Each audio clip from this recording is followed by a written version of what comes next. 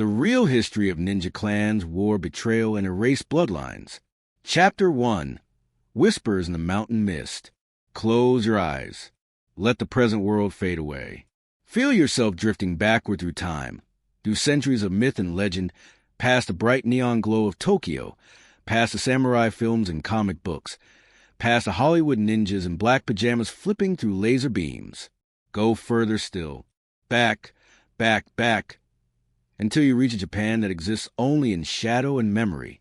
It is the year 1487, the Muromachi period. Japan is not yet a nation. It is a patchwork of warring territories, a land drowning in blood and ambition. The emperor sits powerless in Kyoto while daimyo lords tear the country apart, each dreaming of supremacy. This is the age of Gekukujo, the low overcoming the high, when a peasant with sharp blade and sharper mind might become a warlord, and a warlord might lose everything in a single night of betrayal.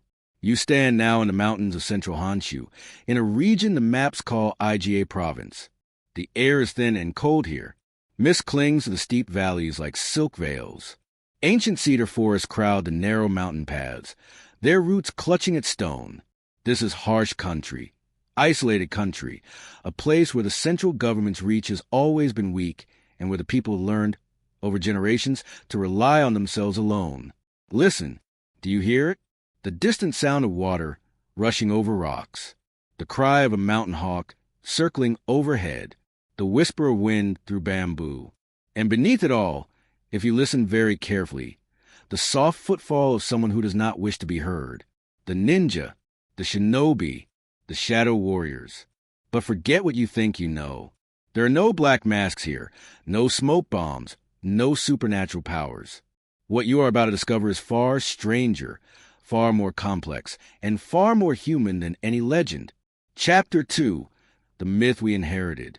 Before we journey deeper into the mountains of Iga and the plains of Kōga, before we meet the great families and witness their rise and terrible fall, we must first strip away the lies. The popular image of the ninja, dressed head to toe in black, leaping between rooftops, throwing star-shaped blades, disappearing in puffs of smoke, is almost entirely a fiction created in the 20th century. The movies got it wrong. The comic books got it wrong. Even many modern martial arts schools got it wrong. The historical ninja wore no distinctive uniform. They did not dress in black. Such an outfit would make them instantly recognizable and highly suspicious. When they needed to infiltrate, they wore the clothes of farmers, merchants, monks, entertainers, or samurai, depending on the role they were playing. When they fought, which was rare, they often wore the same armor as any other warrior of their time. They were not magical. They could not vanish, walk on water, or read minds. They were not supernatural assassins who kill for hire without question or conscience. They were not even, primarily, assassins at all. So what were they? The shinobi were intelligence specialists, spies, infiltrators, saboteurs, scouts, messengers who could move through enemy territory unseen. They were experts in deception, psychology, and survival. Their greatest weapons were not swords or throwing stars, but information, patience, and an almost inhuman ability to blend into any environment, to become anyone, to be invisible not through magic but through meticulous craft. And they were not lone wolves. They were not mysterious individuals who appeared from nowhere. They came from specific places, from tightly knit families and clans who passed down their knowledge through generations, who trained their children from birth, who built networks of loyalty and obligation that stretched across Japan. Most importantly, they came from two places above all others, the mountains of Iga and the neighboring region of Kōga, two small provinces in central Honshu, where geography, history, and necessity combined to create something unique in Japanese history. This is their story, the real story, the story of clans and bloodlines, of loyalty and betrayal, of survival and extinction. Chapter 3. The land that shaped them. To understand the ninja clans, you must first understand the land that forged them. Iga province and Kōga district lie in the heart of Honshu, Japan's main island, nestled between the old imperial capital of Kyoto and the eastern plains that would one day hold Tokyo. Look at a map of medieval Japan, and you might think these regions were centrally located, important, connected to power. You would be wrong. Iga and Kōga were isolated. not by vast distances, but by mountains. Iga province, sometimes written as Igiokuni in old documents, was surrounded on all sides by steep mountain ranges. The Suzuka Mountains to the west, the Kasagi Mountains to the north, the Obiki Range to the east, the Koya Mountains to the south. The province itself was a basin, a valley enclosed by stone and forest, accessible only through a handful of narrow, easily defended passes. Kōga District, just north of Iga across the Suzuka Range, occupied similar terrain, mountainous, heavily forested, difficult to reach, and even more difficult to conquer. This geography had profound consequences. First, it made centralized control nearly impossible. Throughout Japanese history, when the imperial court or the shogunate tried to extend its authority into these regions, they found the terrain itself resisted them. Armies bogged down in narrow valleys. Supply lines stretched in along dangerous mountain paths. Local resistance, when it came, could melt into the forest and strike from unexpected angles. Over centuries, this bred a culture of fierce independence. The people of Iga and Kōga were not accustomed to bowing to distant lords. They governed themselves through loose confederations of local families. Jizumarai, they were called, land-owning warriors, somewhere between peasants and true samurai, who owed allegiance to no higher lord but to each other and to their own survival. Second, the land was poor. The mountain soil yielded meager crops. There was no great wealth here, no rich rice paddies like those in the lowland provinces. The people of Iga and Kōga had to be resourceful, had to find other ways to survive. They became traders, moving goods through the mountain passes. They became mercenaries, selling their fighting skills. And, most significantly, they became specialists in covert warfare, skills that would prove invaluable in the endless conflicts of the Sengoku period. The mountains taught them stealth. The poverty taught them cunning. The isolation taught them self-reliance. And the constant threat of invasion from wealthier neighbors taught them the arts of intelligence gathering, infiltration, and sabotage. In Iga and Kōga, in those mist-shrouded valleys, the shinobi tradition was born not from mysticism or martial philosophy, but from necessity, from survival. Chapter 4, The Ancient Roots. Picture yourself in the year 794. The Heian period has just begun. Emperor Kamui has moved the imperial capital to Heian-kyo, the city we now call Kyoto. The court is brilliant with silken poetry, with elaborate ceremonies and refined aesthetics. This is the Japan of the tale of Genji, of courtly romance and aristocratic intrigue. But in the mountains of Iga and Kōga, life is harder, simpler, and infinitely more dangerous. The roots of shinobi tradition reach back to these early centuries, though the word ninja itself would not appear for many generations. Instead, early chronicles speak of rappa, of suppa, of kanja, terms that all suggest covert operatives, scouts, and intelligence gatherers. The earliest influences came from multiple sources. Chinese military philosophy, particularly Sun Tzu's Art of War, had reached Japan by this period. Sun Tzu's emphasis on deception, on winning without fighting, on knowing your enemy, these concepts resonated deeply in the isolated mountain communities where direct military confrontation with larger, wealthier neighbors was suicidal. All warfare is based on deception. Sun Tzu wrote, "When able to attack, we must seem unable. When using our forces, we must seem inactive. When we are near, we must make the enemy believe we are far away. When far away, we must make him believe we are near." These words became gospel in Iga and Kōga. There were other influences too. The mountain ascetics, Yamabushi, practiced in these same ranges. These warrior monks of the Shigendo tradition spent years in the mountains, learning to survive in harsh conditions, to navigate treacherous terrain, to endure cold and hunger. They developed an almost supernatural reputation among lowlanders, who believed the mountains themselves were magical places, home to spirits and demons. The early shinobi families learned from the Yamabushi. They learned mountain craft, how to read weather patterns, how to find water, how to move silently through forest undergrowth. They learned the psychology of fear, how the superstitious beliefs of others could be weaponized, how a warrior who believed his enemy had supernatural powers was already half defeated. But most importantly, they learned from their own experience, from generations of defending their valleys against incursions. from hiring themselves out as scouts and guides to larger armies, from the hard lessons of survival in a land that offered few easy paths to prosperity. By the late Heian period, by the 11th and 12th centuries, something distinctive was emerging in Iga and Kōga, not yet the fully formed shinobi tradition, but its precursor, families and communities that specialize in covert warfare, intelligence gathering, and unconventional tactics. Chapter 5. The word itself, shinobi. The term shinobi carries meaning in its very construction. Written with characters that mean to endure or to conceal, the word captures the essence of what these warriors became.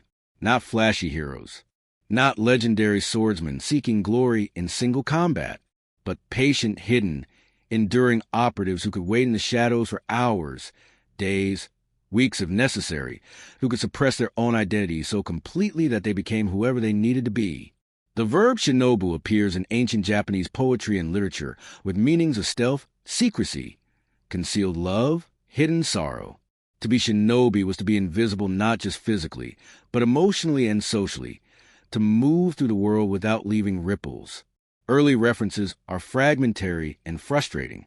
The historical record from this period is sparse, and what documents survive rarely mention the common people, let alone covert operatives whose entire purpose was to remain unnoticed. But we catch glimpses. In 1185, during the Genpei War, the massive conflict between the Minamoto and Terra clans that would reshape Japan, we find references to local guides and scouts who helped Minamoto forces navigate mountain paths, who infiltrated enemy camps, who gathered intelligence. Some of these men almost certainly came from Iga and Kōga. The Genpei War is worth pausing on, because it reveals a tactical environment that would eventually give rise to full-fledged shinobi clans. This was a conflict that sprawled across the entire country, fought not just on traditional battlefields, but in ambushes, night raids, sieges, and covert operations. Information became as valuable as swords.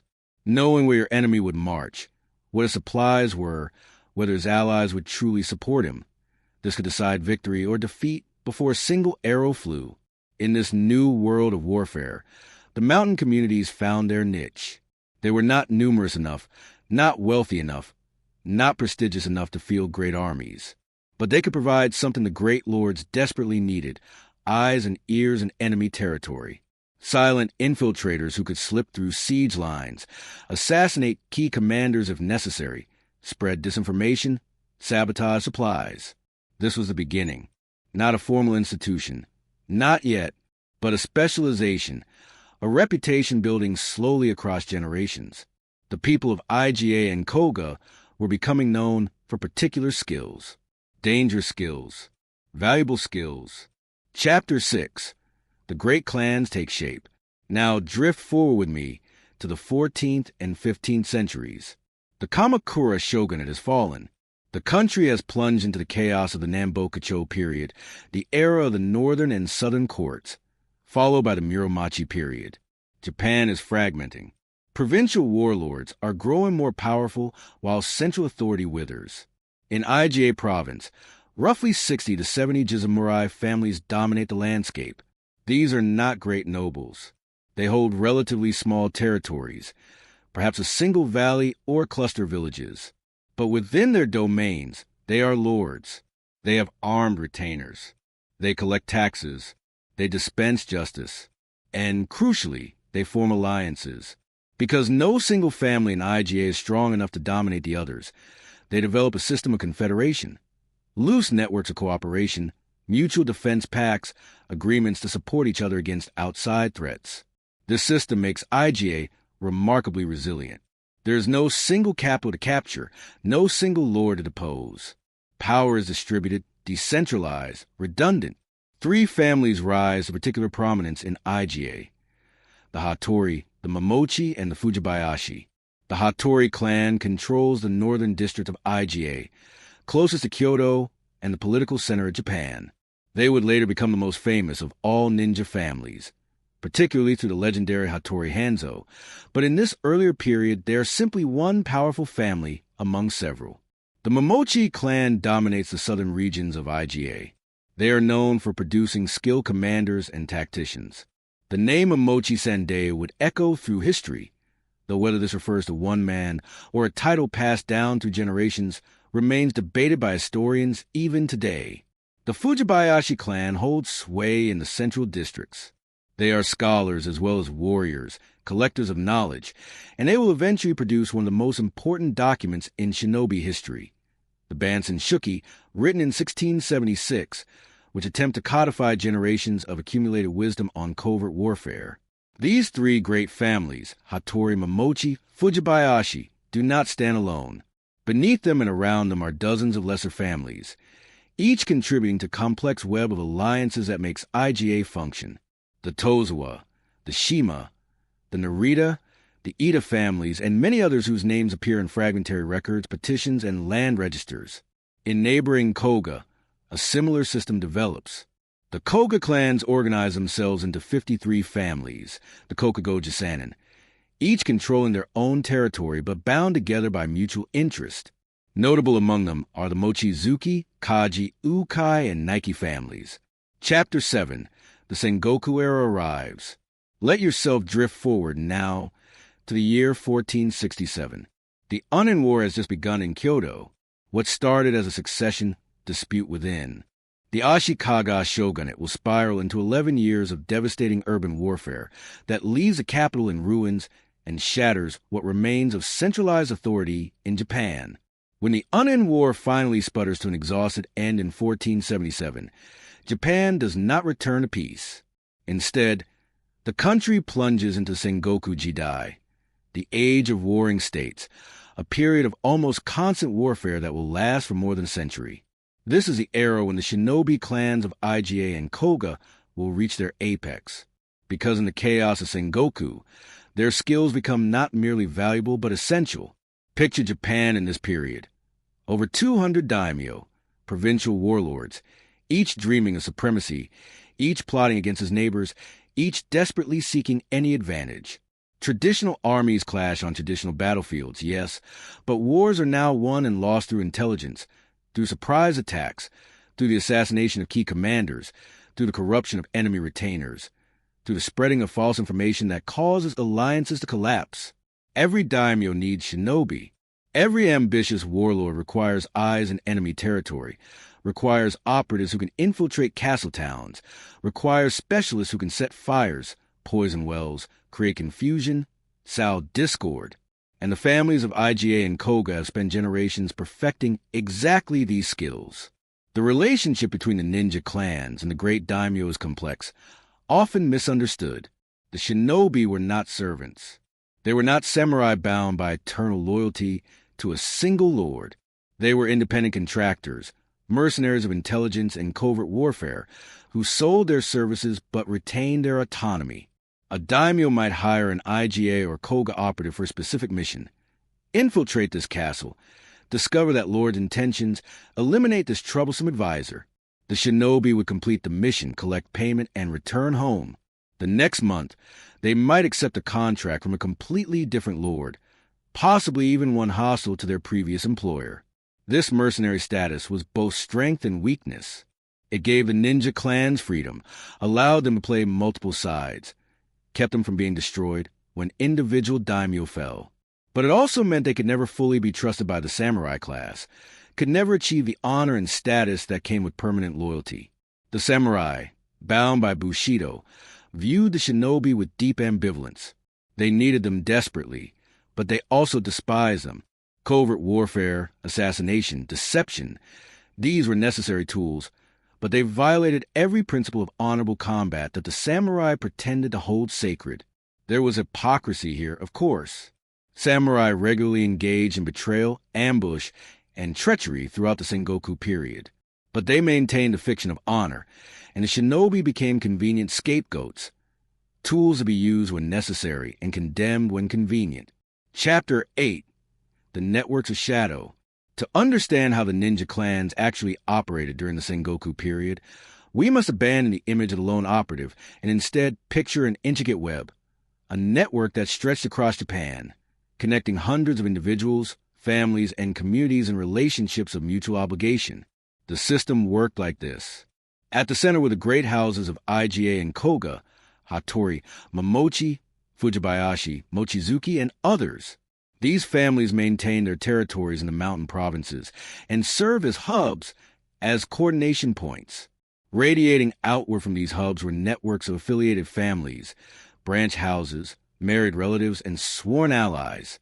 A Hattori cousin might live in Kyoto, operating a tea house that served as a listening post. A Fujibayashi daughter married into a merchant family in Osaka might gather information from travelers and traders.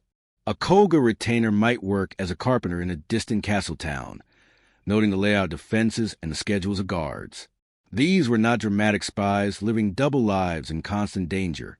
They were ordinary people pursuing ordinary occupations who also, occasionally, gathered information and passed along through secure channels to their home clans. The genius of the system was its redundancy and its patience. If one operative was discovered and eliminated, 10 others remained in place, uncompromised. Information moved slowly but reliably through the network. A merchant carrying a coded message, a traveling monk passing along intelligence disguised as gossip, a performer at a festival who was also noting troop movements. When a major mission was required, an assassination, a sabotage operation, an infiltration, the clans would assemble teams specifically for that purpose. These were not permanent units, but ad hoc groups drawn from multiple families, selected for their particular skills.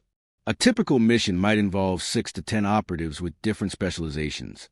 One might be an expert climber, capable of scaling castle walls. Another might specialize in poisons and medicines.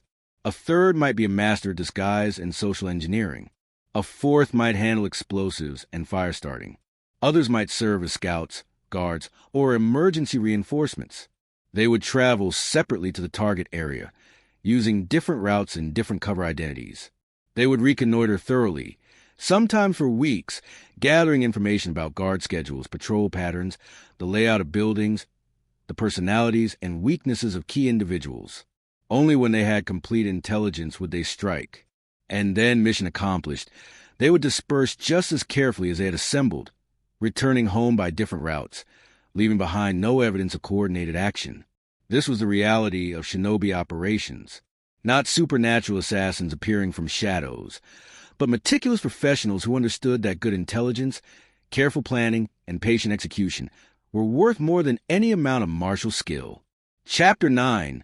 The Training Grounds. The children of Iga and Kōga were born into this tradition.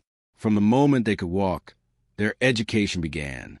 Contrary to the stories, there were no hidden ninja academies deep in mountain caves.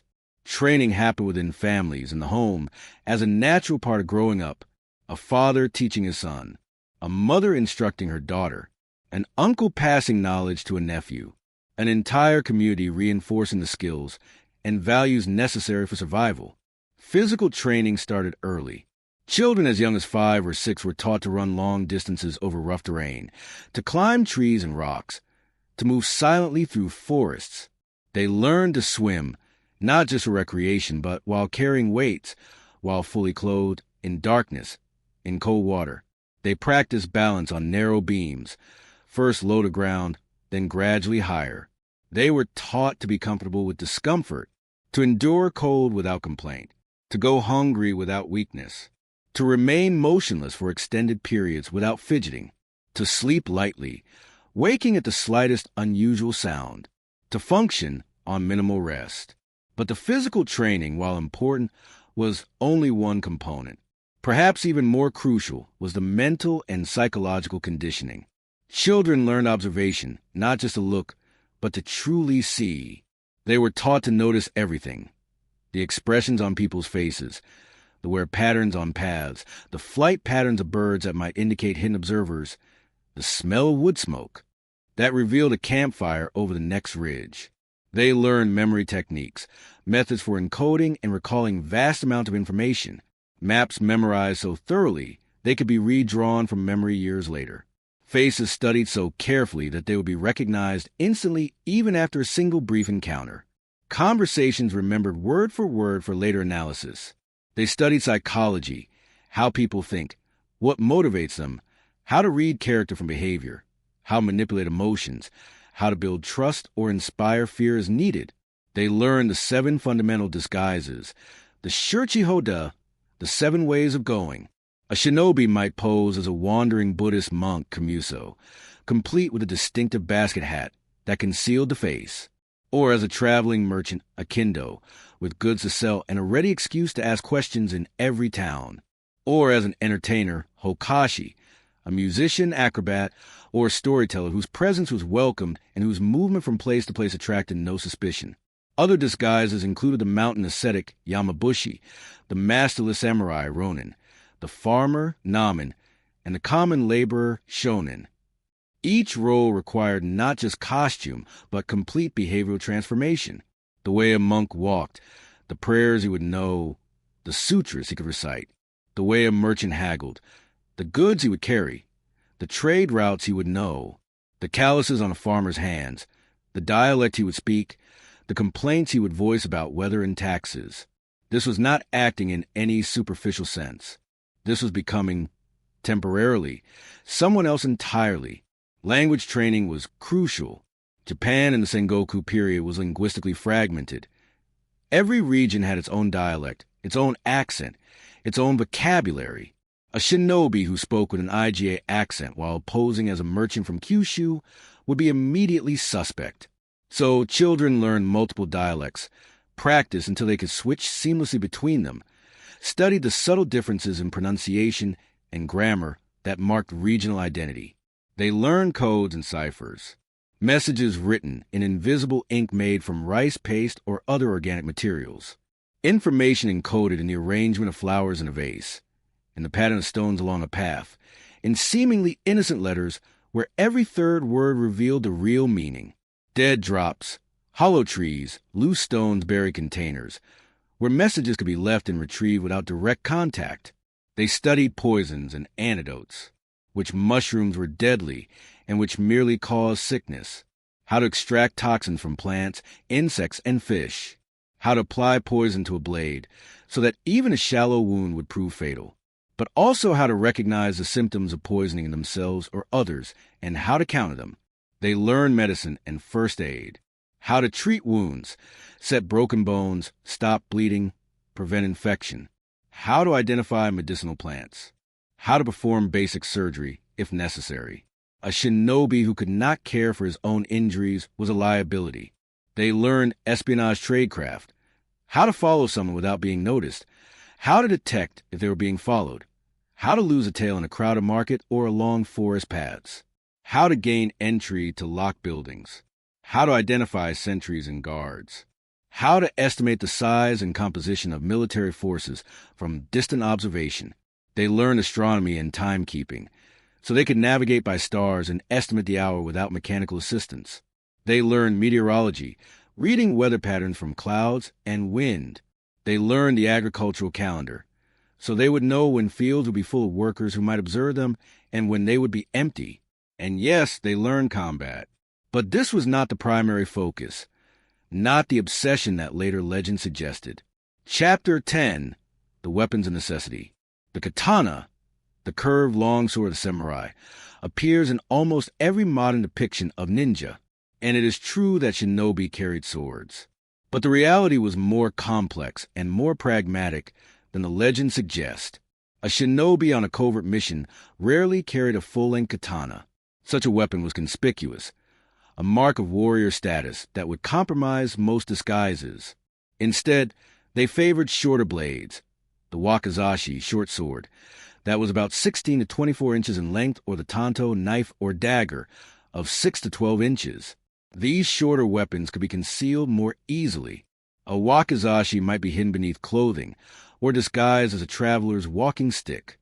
A tanto could be tucked into a belt, hidden in a bundle of goods, or concealed in countless other ways. The ninjato, the supposedly distinctive straight-bladed ninja sword often shown in movies, is almost certainly a modern invention. Historical evidence for such a weapon is nearly non-existent. Real shinobi use the same curved blades as everyone else in feudal Japan, just shorter and more easily concealed versions. Beyond blades, the shinobi arsenal was diverse and practical. The kunai, often depicted as a throwing weapon in popular culture, was actually a multi-purpose tool, something like a small trowel or digging implement. It could be used to dig, to pry, to hammer, to climb. Yes, it could be thrown or used as a stabbing weapon in desperation, but that was not its primary purpose. Shuriken, throwing blades, did exist and were used by shinobi, but they were not the primary weapon the movies suggest. There were two main types, with shuriken straight, spike-like projectiles, and shaken, the star-shaped throwing blades everyone recognizes. Both were used, but not as killing weapons. A shuriken was meant to distract, to wound, to create an opening for escape or for a more decisive strike. Killing someone with a thrown blade is extremely difficult. Distracting them, making them flinch, causing them to stumble, that was achievable and often sufficient. Shuriken were also psychological weapons. The sudden appearance of a blade embedding itself in a doorframe inches from someone's head was terrifying, even if it drew no blood. It announced the presence of a hidden enemy, created panic, disrupted careful plans. Ropes and climbing equipment were essential. The Kajinawa, a rope with a grappling hook, appears in many historical accounts. Some versions had 3 or 4 hooks that could catch on walls, trees, or roof edges. The rope itself was usually made of hemp or other strong plant fibers, dyed black or dark brown to be less visible at night. Climbing claws, shuko for the hands and shiko for the feet, consisted of metal bands with protruding spikes that could grip wood, stone, or plaster. With these tools, a skilled shinobi could scale supposedly unclimbable walls, though it required immense strength and training. Mizugumo and Mizukaki, floating devices and webbed attachments supposedly used to walk on water, appear in some historical texts and in the Bansen Shuki. Whether these actually worked as described is debatable. They were probably used to cross narrow moats or rivers while keeping equipment dry, but the dramatic image of a ninja walking across a lake is almost certainly exaggeration. The fakiya, blowgun, was used to deliver poison darts silently at short range. These weapons were compact, easily concealed, and devastatingly effective in the right circumstances. Metsubushi blinding powders were among the most practical weapons. Ground pepper, ash, crushed glass, or other irritants could be thrown into an opponent's eyes, causing temporary blindness and intense pain. A small container of Metsubushi could disable multiple opponents without killing them, allowing escape. Chapter 11. Fire, Powder, and Explosives. When Portuguese traders arrived in Japan in 1543, bringing firearms to the island of Tanegashima, they changed warfare forever. Within decade, Tanegashima, matchlock arquebus, were being manufactured across Japan. The shinobi clans adapted quickly. Firearms were initially too loud and conspicuous for most covert operations, but the technology that came with them, gunpowder, opened new possibilities. Explosive devices for breaching walls or gates, incendiary compounds for starting fires, smoke-generating mixtures for creating confusion and cover, flash powder for blinding and disorienting enemies. The shinobi became experts in fire starting, both as a weapon and as a diversion. They carried hichibikuro, fire-starting kits containing flint, steel, and tinder, but also developed specialized incendiary devices. Hinawa, slow-burning fuses made from rope soaked in saltpeter solution, could be cut to precise lengths to create time delays. A shinobi could set a fuse, retreat to safety, and have a fire begin exactly when needed to create maximum confusion. Mixtures of sulfur, charcoal, and saltpeter, the basic components of gunpowder, could be packed into bamboo tubes to create explosive charges. These were not powerful enough to demolish castle walls, but they could blow open gates, destroy bridges, or create terrifying noise and smoke that would scatter defenders. Oil and pitch, ancient incendiaries, were refined and improved.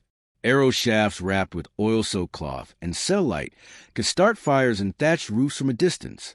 Clay pots filled with oil and equipped with fuses could be thrown into buildings or dropped from walls. The psychological impact of fire in wooden Japanese architecture cannot be overstated. Cities and castles were overwhelmingly constructed of wood, paper, and thatch. A single well-placed fire could consume an entire district in hours. The threat of arson was constant and terrifying. Shinobi fire raisers, rap or kaji, were particularly feared. They would infiltrate during festivals or other crowded occasions, plant incendiary devices in strategic locations, and create simultaneous fires that would overwhelm any attempt at firefighting. In the chaos that followed, other operations could proceed: assassinations, thefts, kidnappings, while defenders scrambled to save their burning homes. But fire was a double-edged weapon. Used carelessly, it could spiral out of control, killing innocents and destroying valuable resources. The shinobi clans developed careful protocols around incendiary operations, understanding that indiscriminate destruction served no one's interests and would make them unemployable. Chapter 12. The Art of Infiltration. Imagine yourself now as a shinobi operative in the year 1560. You have been hired by a daimyo in Owari province, a man named Oda Nobunaga, ambitious and ruthless, to infiltrate the castle of a rival lord and determine his military strength, the loyalty of his retainers, and his intentions for the coming campaign season. You cannot simply walk up to the castle gates and request entry. You need a plausible identity, a reason to be there, a role that will grant you access to the information you seek. You spend weeks preparing. You travel to the castle town in the guise of a traveling merchant, selling medicines and small goods. You observe. You listen. You learn the names of important retainers, the layout of the town, the schedules of market days and festivals. You discover that the Lord is hosting a ceremony in 2 weeks, and that additional servants will be hired for the occasion. You arrange to be hired, using a false name, claiming to be from a village 2 provinces away. Once inside the castle, you perform your duties impeccably. You are helpful, deferential, unremarkable, but your eyes and ears are always working. You note which rooms are heavily guarded and which are not. You overhear conversations between samurai retainers. You observe which merchants deliver supplies and in what quantities. Information that reveals how many troops the castle is provisioning for. You befriend another servant, a man who has worked in the castle for years. Over sake one evening, you carefully steer the conversation, asking innocent questions that yield valuable answers.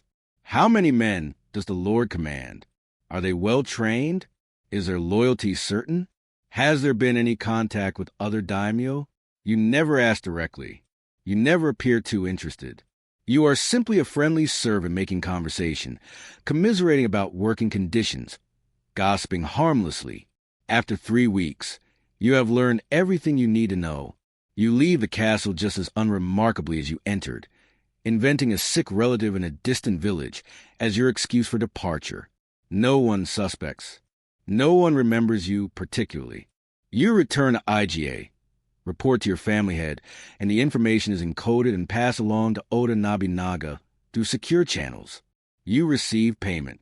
The mission is complete. This was the reality of shinobi infiltration. Not dramatic, not exciting, but effective. Patience, observation, social engineering, and almost superhuman ability to suppress your own personality and become whoever the situation required. Chapter 13. Masters of Deception. The shinobi understood something profound about human nature. People see what they expect to see, and they trust what seems familiar and non-threatening. The art of deception, jaiso, went far beyond simple disguise. It was about creating an entire false identity so convincing that it could withstand scrutiny, about manipulating perception and expectation. A shinobi posing as a Buddhist monk would not simply wear monk's robes. He would know the appropriate prayers, sutras, and rituals. He would carry authentic items, prayer beads, a begging bowl, religious texts. He would have the proper calluses and wear patterns that came from years of that lifestyle. He would know the names of temples along his supposed route and could speak knowledgeably about abbots and teachings. If questioned, his story would be consistent and detailed. He would have a complete false history, where he was ordained, under which master, which temples he had visited, which sutras he specialized in. This false history would be memorized so thoroughly that he could recount it without hesitation or contradiction, even under stress. The same applied to every other disguise. A merchant would know current prices, trade routes, the quality of various goods, the names of other merchants in different towns. A farmer would know planting and harvesting schedules, local weather patterns, the concerns and complaints common to that profession. A samurai would know appropriate etiquette, family genealogies, famous battles, and the complex web of obligations that bound the warrior class. But beyond the external details, shinobi studied body language, speech patterns, and the subtle cues that marked social status and regional identity. They learned to adjust their posture. The way a merchant stood was different from how a samurai stood. They modulated their voice, speaking with authority when posing as someone of status, with deference when posing as someone of lower rank. They understood the power of confidence. Act as though you belong somewhere, as though you have every right to be there, and most people accept it without question. Hesitation, nervousness, furtive glances, these were what aroused suspicion. Calm assurance was the greatest disguise. The shinobi also mastered the art of misdirection.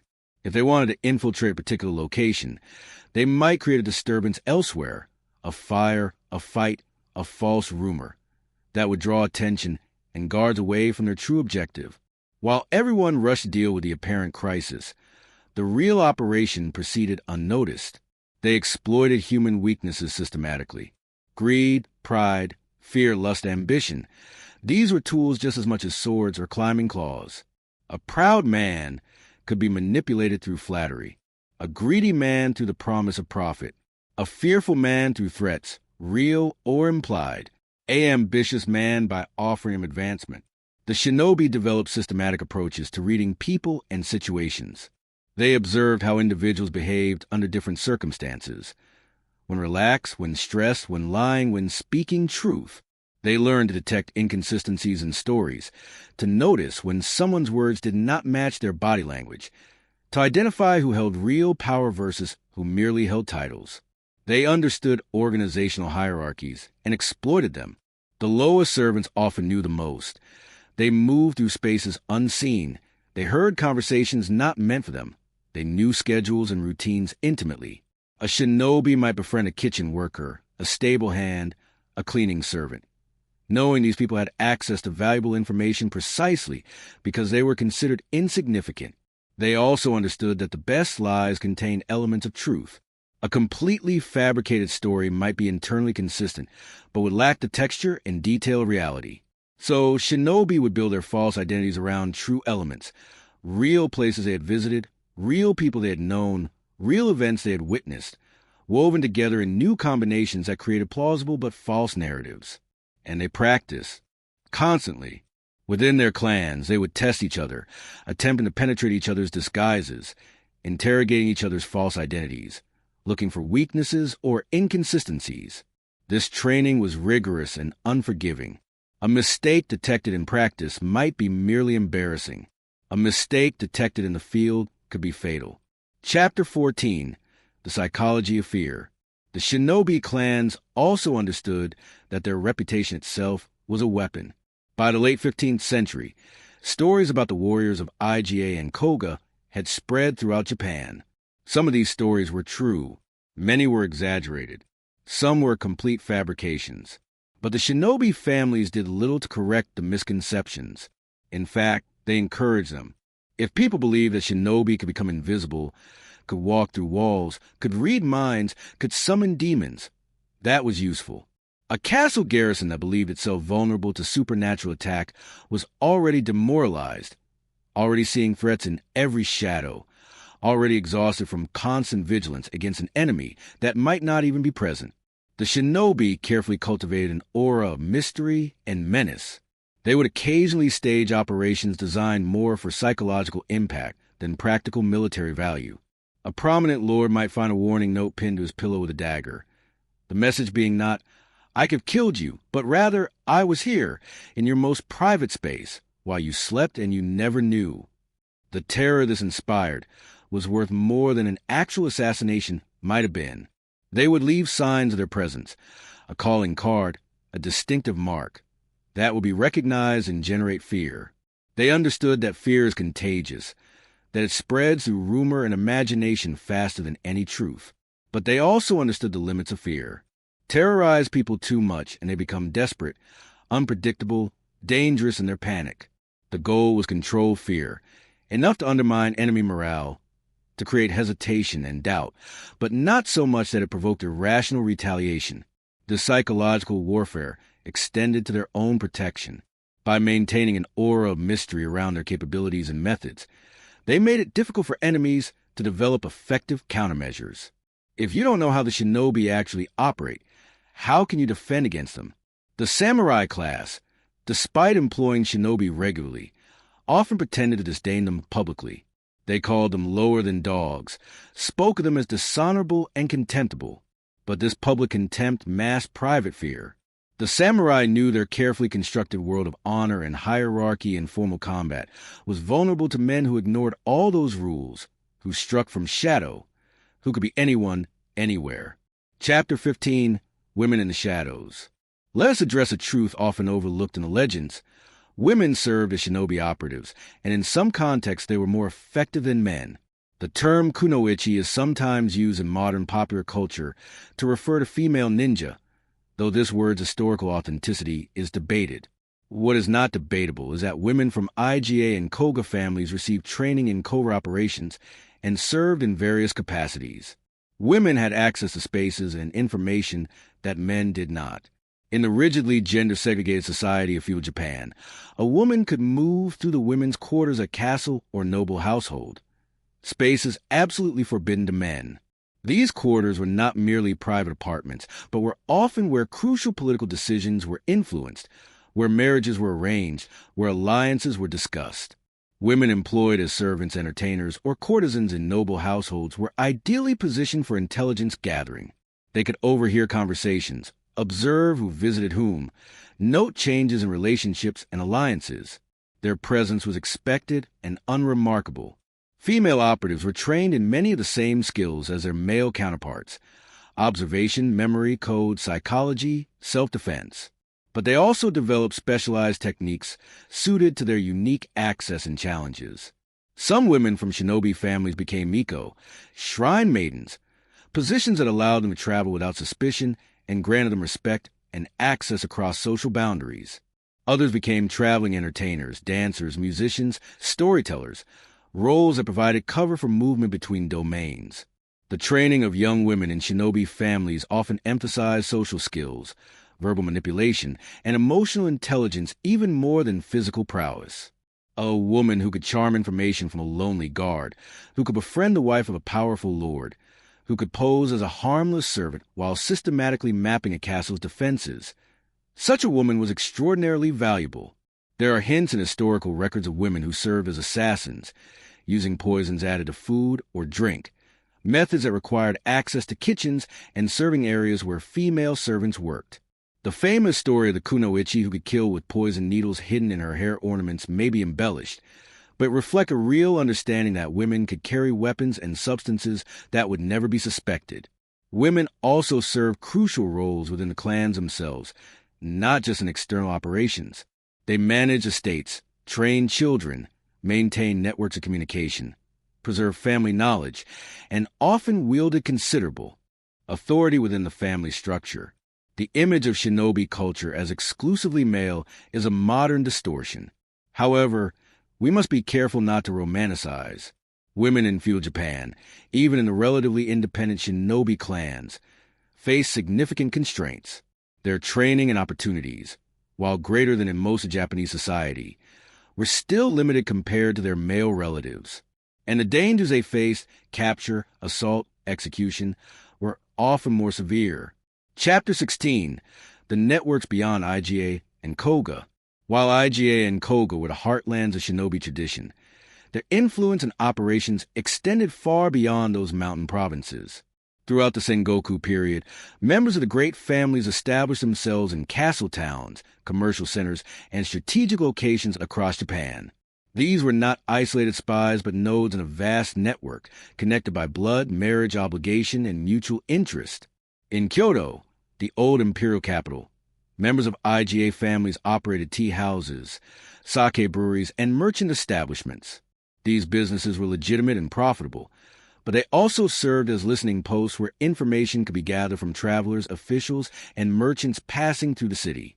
In Osaka, the great commercial hub, Kōga operatives worked as traders and moneylenders, positions that gave them access to financial information, knowledge of troop movements disguised as trade goods, and connections to merchants who could provide cover identities and safe houses.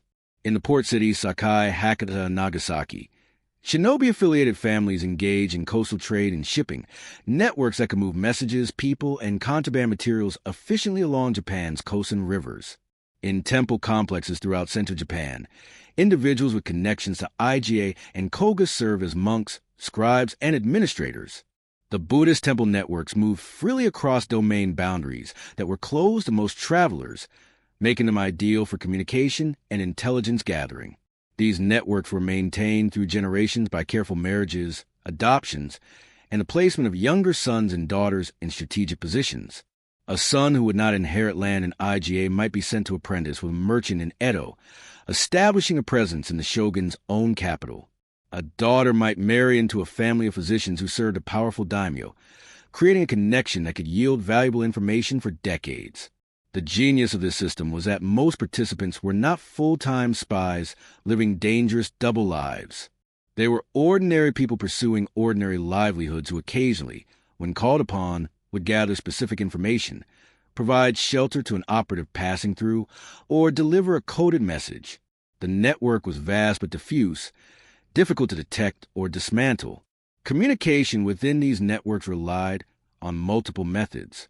Coded letters sent through legitimate mail systems, messages concealed in shipments of goods, dead drops in temples and marketplaces, verbal codes passed through seemingly innocent conversations, even visual signals.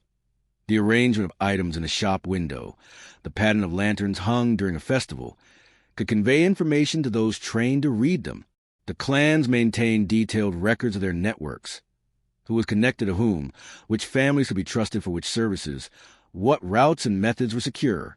These records were closely guarded secrets, often encoded themselves, passed down through family heads and senior operatives. Chapter 17, The First Great Test, Conflict and Survival. Now let us drift forward to the year 1579 and witness the first great crisis that would test the independence of the Iga clans. Oda Nobunaga, the most powerful daimyo in Japan, is well on his way to unifying the country under his rule. He has crushed rival after rival with ruthless efficiency. His armies are disciplined, well-equipped with firearms, and commanded by brilliant generals. His ambition is limitless. Nobunaga has a problem, though. His second son, Oda Nobunaga, governs Ayase Province, which borders Iga to the east. Nobunaga is young, ambitious, and eager to prove himself worthy of his father's name. He looks at the independent clans of Iga, refusing to acknowledge any overlord governed by their own council families, and sees an opportunity. Iga represents something intolerable to the Oda vision of unified Japan. Autonomy, independence, self-governance by local powers who refuse to bow. Moreover, the Iga clans have occasionally provided services to daimyo who oppose the Oda, making them potential enemies. In 1579, Nobunaga launches an invasion of Iga with approximately 8,000 troops. It is meant to be a quick campaign, a demonstration of Oda power, a stepping stone to greater glory. It becomes a disaster. The Iga forces, perhaps 4,000 fighters drawn from the various clans, do not meet the Oda army in open battle. They cannot win such a confrontation. Instead, they employ every tactic they have perfected over generations. They ambush supply columns in narrow mountain passes. They conduct night raids on Oda camps, killing sentries silently and disappearing before reinforcements arrive. They poison wells. They start fires. They feed false information through captured soldiers released to escape, sending Oda forces on wild chases through hostile terrain. They exploit their knowledge of the land obsessively. The Iga defenders know every path, every hidden valley, every defensible position. The Oda forces trained for set-piece battles on open ground find themselves perpetually off balance, never certain where the enemy is, constantly harassed, never able to bring their superior numbers and equipment to bear effectively. The siege of Murayama Castle becomes emblematic of the campaign. The Oda forces surround this fortification, expecting a conventional siege. Instead, Iga defenders slip out at night, conduct raids, and slip back in through secret passages. Supplies somehow reach the defenders despite the siege. Oda officers begin dying mysteriously. Poisoned food, arrows from unknown directions, accidents that are clearly assassinations. Morale among Nabukatsu's troops collapses. They are fighting an enemy they cannot see in terrain that seems actively hostile, using tactics their training never prepared them for.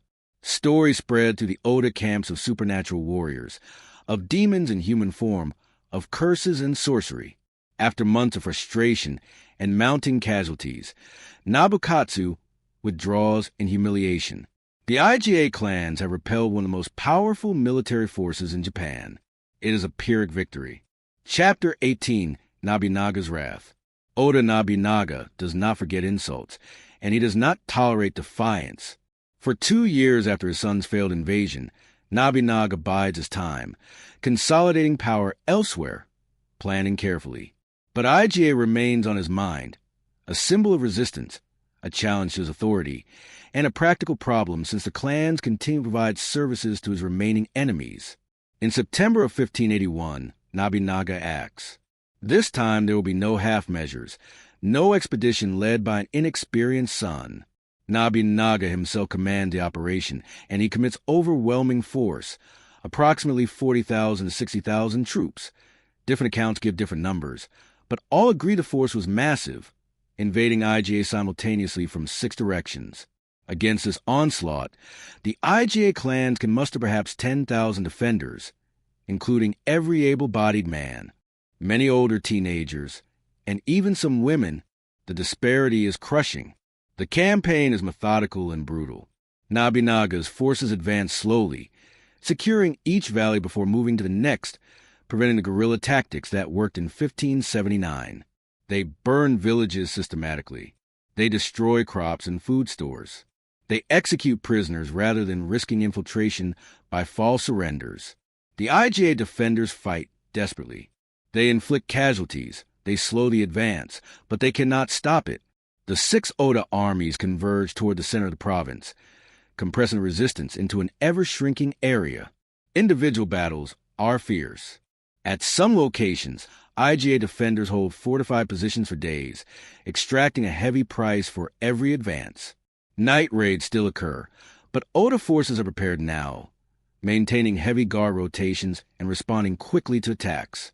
The castle of Hijiyama, the stronghold of the Momochi clan, falls after desperate fighting.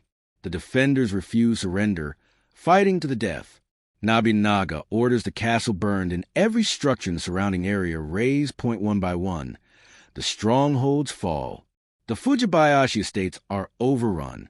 The fortifications that have protected the Iga valleys for generations are systematically destroyed. Ancient family compounds, structures that have stood for centuries, are burned to their foundations. The campaign lasts approximately 2 months. When it ends in November of 1581, Iga province has been devastated. Thousands are dead. Entire villages have been erased. The great families have been scattered, but they have not been annihilated. This is crucial to understand. Nobunaga's invasion destroyed Iga as an independent political entity, broke the power of the clans within their homeland, and killed or displaced most of the population. But it did not eliminate the shinobi families themselves. Because the network extended beyond Iga. Because family members have been strategically placed in other provinces for generations. Because the most valuable skills, knowledge, training, connections existed in the minds of survivors, not in castles and land. As Nobunaga's armies closed in, hundreds of shinobi operatives and their families fled. They used every route, every safe house, every contact they had cultivated. Some went to Kōga, where their cousins and allies still maintained independence. Some scattered to distant provinces, disappearing into new identities prepared long ago for exactly such emergencies. Some went aground in mountains and forests, becoming bandits and guerrillas. And some, a significant group led by members of the Hattori clan, fled toward Mikawa province, where a daimyo named Tokugawa Ieyasu ruled. This decision would have profound consequences for Japanese history. Chapter 19, The Escape through Iga. 6 months after the fall of Iga, in June of 1582, an event occurred that would demonstrate the enduring value of the Iga clans and cement an alliance that would shape the future of Japan. Oda Nobunaga was assassinated. His own general, Akechi Mitsuhide, betrayed him at Honnoji Temple in Kyoto, forcing Nobunaga, to commit suicide. The news sent shockwaves through Japan. The man who seemed destined to unify the entire country was dead, killed by treachery, and Japan plunged immediately into chaos as its generals and allies scrambled to respond. Tokugawa Ieyasu was in Osaka when he received the news, nearly 200 miles from his home territory in Mikawa, separated by multiple hostile domains, and traveling through regions where Nobunaga's death had created a dangerous power vacuum. Bandits, opportunistic local lords, and leaderless soldiers roamed the roads. It was one of the most dangerous journeys imaginable. Ieyasu had only a small escort, perhaps 30 to 40 men. A conventional return to the main roads would almost certainly result in his capture or assassination. His death would eliminate one of the major contenders for power in post-Nobunaga Japan. He needed to disappear. He needed to move invisibly through hostile territory.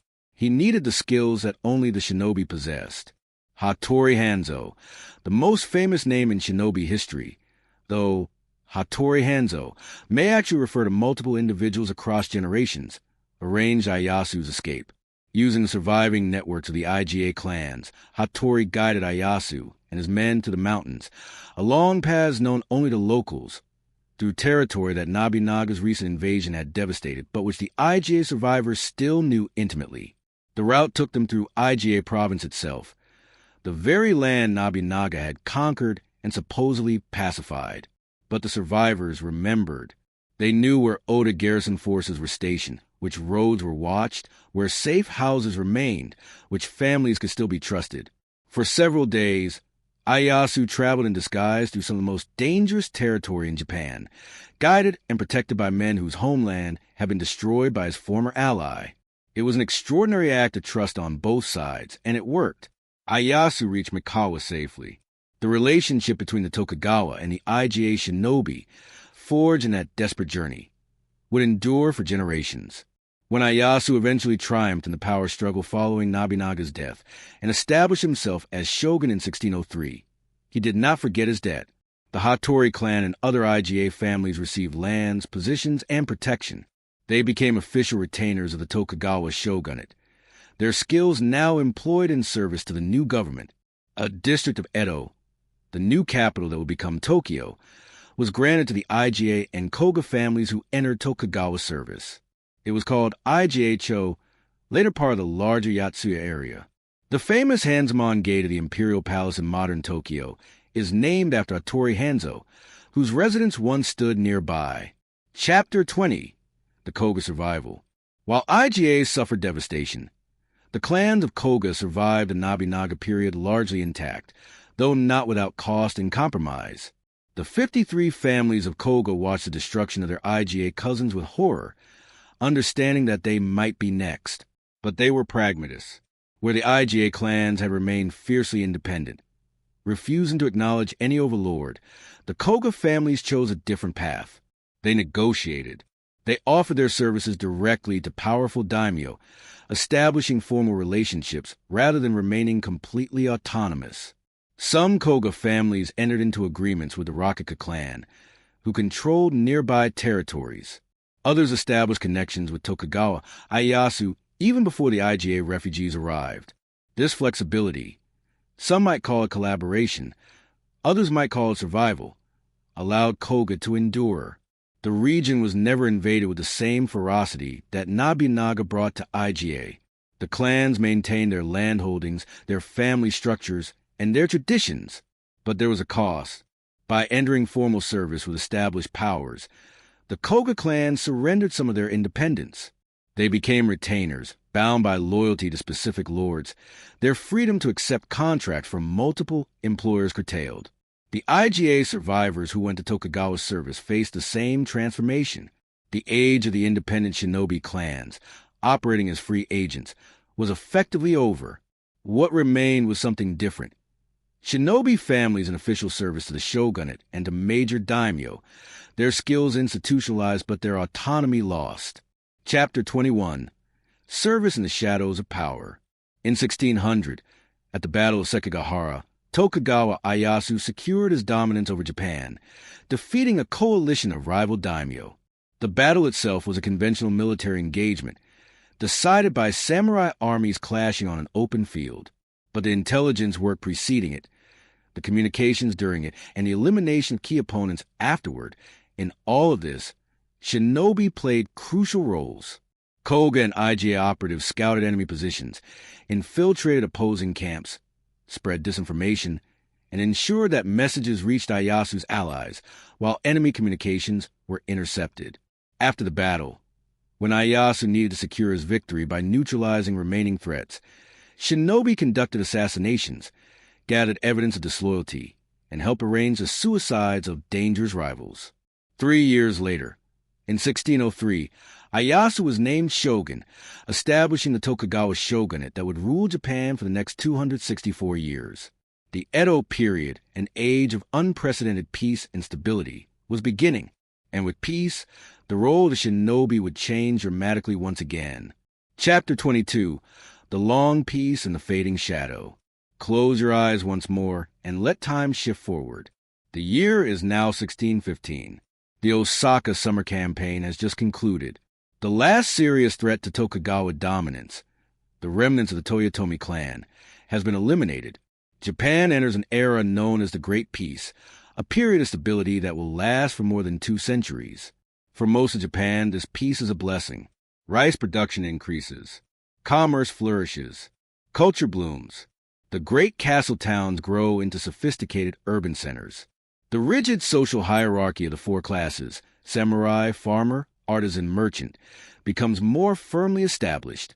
But for the shinobi clans, peace is an existential crisis. Their skills were forged in war, refined through generations of conflict. Intelligence gathering, infiltration, sabotage, assassination. These capabilities are valuable when daimyo fight each other, when territory changes hands, when alliances shift and betray. In peace, under a stable government that ruthlessly suppresses any hint of rebellion, what purpose do shinobi serve? The Tokugawa shogunate employs some Iga and Kōga operatives in the Anmitsu, the shogunate's intelligence and secret police network. These men monitor the daimyo for signs of disloyalty, investigate rumors of conspiracy, track down criminals and fugitives. It is steady employment, but it is also a profound transformation of identity. Once, the shinobi clan served whoever paid them, moving freely between competing powers, maintaining their independence. Now they are government agents, servants of the shogunate, their loyalty fixed and their discretion limited. Other shinobi families find different paths. Some become metsuke, official inspectors who travel throughout Japan, examining the conduct of local officials. Some join castle guard units, their skills in vigilance and security valued. Some become yuriki and dashin, police officers and their assistants in Edo and other cities. Many, however, simply fade away. They become farmers, merchants, craftsmen. The special training continues within families, but it is no longer a profession, no longer a source of income. It becomes tradition, heritage, something preserved because it connects them to their ancestors, but no longer practiced actively. The great estates in what remains of Iga province become ordinary agricultural land. The fortifications are not rebuilt. The Tokugawa government forbids such construction, and there is no need regardless. The clans that once sent operatives across all of Japan now focus on local administration and farming. This is not a sudden collapse, but a slow, almost imperceptible fading. Each generation retains less of the old knowledge, practices fewer of the old skills. The networks that once spanned the country atrophy. The elaborate codes and communication systems fall into disuse. Chapter 23, The Final Missions. Yet there were still occasions, even in the Edo period, when the shogunate required the old skills.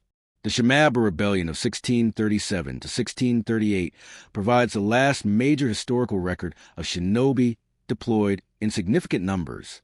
The rebellion began in the Shimabara Peninsula and Amakusa Islands in Kyushu, sparked by oppressive taxation and religious persecution of Christian converts. Between 27,000 and 37,000 rebels, mostly peasants and Christian converts, but also including some masterless samurai, fortified themselves in Hara Castle. The shogunate responded with overwhelming force. Approximately 125,000 troops besieged the castle. But the siege dragged on for months. The rebels were well supplied and determined.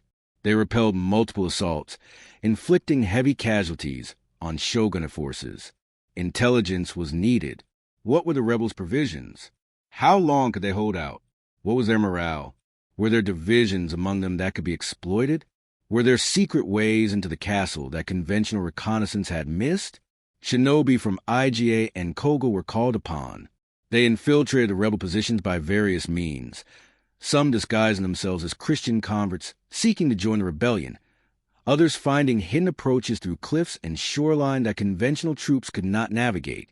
They returned with detailed information about provisions, fortifications, and internal divisions. Some accounts suggest that shinobi operatives also conducted sabotage operations, contaminating water supplies and food stores, though these reports are difficult to verify and may be exaggerations added later. What is certain is that the intelligence gathered by shinobi operatives helped the shogunate plan its final assault. In April 1638, after nearly 4 months of siege, shogunate forces broke through the castle defenses. The rebellion was crushed with extreme brutality. Virtually all the rebels were killed, with estimates ranging from 27,000 to 37,000 deaths. The shogunate's message was clear. Rebellion would not be tolerated, and Christianity would be suppressed absolutely. The Shimabara Rebellion was the last major internal conflict of the Edo period. After 1638, Japan entered more than 2 centuries of almost unbroken domestic peace. There would be peasant uprisings, urban riots, and small-scale disturbances, but nothing requiring the deployment of shinobi forces. The clans had fought their last war. Chapter 24, Preserving the Knowledge. In an age of peace, with the traditional shinobi role disappearing, some families focus on preserving their accumulated knowledge for future generations. The most important effort was the Bansen Shuki, compiled by Fujibayashi Yasutake in 1676. This massive work, 22 volumes, attempted to systematize and record shinobi techniques, philosophy, and tradition.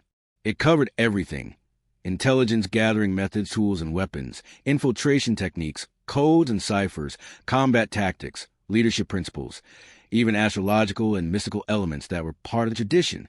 The Bansen Shuki was never intended for public consumption. It was a family document, passed down within the Fujibayashi clan, and shared selectively with trusted allies. It was written in a mixture of Japanese and Chinese characters, with some passages deliberately obscure to prevent casual readers from understanding sensitive information. The work reveals the sophistication of shinobi tradition. This was not crude, skulking the dark, but a comprehensive discipline with its own philosophy, ethics, and systematic methodology. The Bansen Shuki discusses leadership, morale, the psychology of deception, the management of networks, the training of operatives, topics that would not be out of place in a modern intelligence manual. 5 years later, in 1681, Hattori Masate compiled the Shinobi Haiden, another important text focusing more on strategy and philosophy than specific techniques. Together, these works and a handful of other family scrolls and documents preserve much of what we know about historical shinobi practice. But there is frustration here for historians. These texts were compiled in the late 17th century, nearly 100 years after the height of shinobi activity during the Sengoku period. They represent tradition as remembered, systematized, and perhaps idealized, not necessarily tradition as it was practiced in its heyday. Moreover, they were compiled by families who had specific lineages and perspectives. The Fujibayashi and Hattori versions of shinobi tradition may not fully represent how the Momochi or Mochizuki or other clans practiced. There is no single authoritative source, only fragmentary glimpses through documents that themselves acknowledge limits and variations. And always, there's a question of what was never written down at all. Techniques considered too dangerous to record, methods too secret to risk exposure, knowledge transmitted only orally from master to trusted student. Chapter 25, The Bloodlines Fade. Picture yourself now in the year 1750. More than a century has passed since the last major deployment of shinobi forces at Shimabara. The Edo period is at its height. Japan is prosperous, cultured, orderly. The shogunate's control is absolute. In the villages that once formed the heartland of Iga province, farmers tend their rice paddies. Some of them bear the names of the great families, Hattori, Fujibayashi, Momochi, but they are farmers now, nothing more. They know stories about their ancestors. Certainly, perhaps some still practice a few techniques. Teach their children some of the old skills as a matter of family pride. But it is heritage, not profession. In Edo, some descendants of the Iga and Kōga clans serve in the shogunate's bureaucracy or guard units. They hold respectable positions, but they are functionaries now, not shadow warriors. The skills that made their ancestors valuable have little application in a society where order is maintained through rigid social control, where travel between domains requires permits, where every household is registered and monitored through the temple system. The elaborate networks that once spanned Japan have withered. The safe houses are ordinary homes now. The codes and signals are forgotten. The dead drops are just hollow trees where birds nest. This is not unique to the shinobi clans. The entire samurai class is experiencing a similar, though less dramatic, transformation. Warriors in a society without war. They become administrators, scholars, artists. They practice martial arts in training halls, but most will never draw their swords in actual combat. The way of the warrior, Bushido, becomes increasingly philosophical, abstract, disconnected from the brutal realities their grandfathers knew. But for the shinobi families, the transformation is more complete because their skills were always more specialized, more dependent on specific historical circumstances. A samurai can maintain martial skill through practice even in peacetime, but infiltration techniques are hard to practice without actual operations. Intelligence networks require actual intelligence to gather. Disguise and deception need real targets and real stakes to be meaningful. Some families try to preserve the training. They continue to teach their children stealth, climbing, observation. They maintain the physical conditioning. They pass down the scrolls and manuals. But it becomes increasingly theoretical, ritualized, performance rather than preparation for actual operations. And with each generation, more is lost. The grandfather who actually served in the field dies, taking with him the lived experience that cannot be fully captured in written instructions. The father who learned from that grandfather but never applied the skills in real operations teaches a son, but something essential is missing, the understanding that comes only from actual practice under genuine pressure. By the late 18th century, by the early 19th century, the shinobi tradition has become largely historical. It exists in documents, in family stories, in occasional demonstrations of techniques that are no longer used for their original purposes. Chapter 26. The Black Ships and the End of an Era. Then, in 1853, everything changes once more. Commodore Matthew Perry arrives in Edo Bay with his black ships, American naval vessels equipped with modern technology far beyond anything Japan possesses. Perry delivers an ultimatum: open Japan to trade with the West or face military consequences. The shogunate, which has maintained power for 250 years partly through isolation from foreign influence, faces a crisis it cannot resolve. The arrival of Western powers, American, British, French, Russian, exposes Japan's military weakness and technological backwardness. The carefully constructed order of the Edo period begins to fracture. In 1868, after 15 years of mounting tension and internal conflict, the Meiji Restoration occurs. The shogunate is abolished. The emperor, a figurehead for centuries, is restored to symbolic power. More importantly, a new government committed to radical modernization takes control. The Meiji government dismantles the feudal system completely. In 1871, the domains controlled by daimyo are abolished and replaced with prefectures under central government control. In 1873, universal military conscription is introduced, ending the samurai monopoly on armed force. In 1876, the wearing of swords is prohibited except for military and police personnel. The samurai class, which had already been declining in real purpose and power, is legally abolished. Former samurai become ordinary citizens, their hereditary stipends eliminated, their social privileges stripped away. For the shinobi families, this is a final erasure. They had already faded into obscurity during the long peace. Now, even the social structures and legal frameworks that preserve some remnant of their identity disappear. Some former shinobi family members adapt to the new world. They become officers in the new Western-style army. They join the new police forces being established in major cities. Some become businessmen, teachers, farmers. They shed their old identities completely, becoming part of modern Japan. Others resist the changes and suffer for it. The Satsuma Rebellion of 1877, the last major samurai uprising against the Meiji government, includes some men from old shinobi lineages fighting alongside traditional samurai. The rebellion is crushed by the new conscript army equipped with modern rifles and artillery. The era of the warrior class ends not with honor but with desperate, doomed resistance to inevitable change. Chapter 27, Buried History. For several decades after the Meiji Restoration, the shinobi tradition nearly disappears from Japanese consciousness.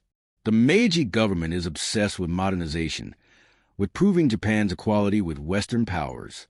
It looks toward the future, not the past. The feudal era, with its samurai, its rigid class system, its isolation from the world, is seen as embarrassing, as something to be transcended and forgotten. In this context, the shinobi, already obscure, already controversial, become even more marginalized. They represent aspects of Japanese history that the Meiji modernizers prefer not to emphasize. Covert warfare, assassination, deception. These do not fit the image of Japan that the government wishes to project internationally. The great families that once commanded networks across Japan become ordinary surnames. A man named Hattori in 1900 might be completely unaware that his ancestors were among the most feared operatives in Japanese history. The knowledge has been lost, the traditions discontinued, the very memory fading. The estates and strongholds in Iga province are forgotten. Some ruins remain in the mountains, stone foundations fragment the walls, but most people passing them have no idea what they once were. The land is simply farmland now, unremarkable and unremembered. The documents, the Bansen Shuki, the Shinobi Haiden, the family scrolls, survive in some cases, passed down through families who no longer fully understand their significance. Some are lost to fire, flood, or simple neglect. Others are sold to collectors or donated to temples and repositories where they gather dust, unread and unstudied. For roughly 50 years, from the 1870s through the 1920s, the shinobi tradition exists only as fragments, as disconnected pieces of a puzzle that no one is attempting to solve. Chapter 28, The Academic Battlefield. In universities across Japan, Europe, and North America, scholars continue to research and debate shinobi history. Access to sources has improved dramatically. Historical documents that once existed only as closely guarded family heirlooms have been digitized and made available to researchers. Archaeological investigations of sites in Iga and Kōga have yielded physical evidence, artifacts, structural remains, material culture that supplements written sources. Scholars apply modern analytical methods to old questions, linguistic analysis of shinobi terminology, comparative studies examining covert warfare traditions in other cultures, statistical analysis of documented missions and outcomes, material culture studies of tools and weapons. The picture that emerges is increasingly detailed, but also increasingly complex. Simple narratives, whether heroic or dismissive, collapse under closer examination. The shinobi were neither superhuman warrior mystics nor mere mountain bandits, but something more nuanced. Professional intelligence operatives operated within specific historical, political, and economic contexts. Scholarly conferences dedicated to shinobi history now occur regularly. Academic journals publish research articles. Universities offer courses examining covert warfare in feudal Japan. The shinobi tradition is being taken seriously as a subject of historical inquiry, not dismissed as legend or sensationalized as exotic mystery. But scholarly work reaches limited audiences. Academic papers sit behind paywalls. Conference presentations reach hundreds, not millions. The careful, qualified conclusions of historians cannot compete with the vivid simplicity of fantasy ninja in popular culture. This creates a frustrating gap. Serious knowledge exists but struggles to reach general audiences. Meanwhile, misinformation proliferates through movies, games, and casual internet content that reaches billions. Some scholars have begun attempting to bridge this gap, writing popular histories, consulting on documentaries, maintaining accessible websites and social media presence. The challenge is making historical accuracy as engaging as fantasy while maintaining scholarly integrity. Chapter 29, The Philosophy Behind the Shadow. Let us step back from questions of lineage and legitimacy to examine something perhaps more valuable, the underlying philosophy and worldview that shaped shinobi practice. The shinobi operated in a moral universe profoundly different from the stated values of samurai culture. While the samurai class elevated concepts of honor, loyalty, and direct confrontation, at least in their idealized self-presentation, the shinobi embraced pragmatism, adaptability, and whatever methods achieved objectives. This was not necessarily moral relativism or absence of ethics. The shinobi had their own code, their own sense of right and wrong, but it was rooted in different values. Survival was paramount. The harsh geography and economic poverty of Iga and Kōga had taught generations that idealism not matched the reality leads to death. Better to be alive and dishonored by other standards than dead and honorable. Loyalty existed, but it was loyalty to family, to clan, to the immediate community, not abstract loyalty to distant lords or philosophical principles. The shinobi would serve whoever paid them, but they would protect their own families unto death. Knowledge was valued above almost everything else. Information, skills, techniques, these are the real wealth of the shinobi clans.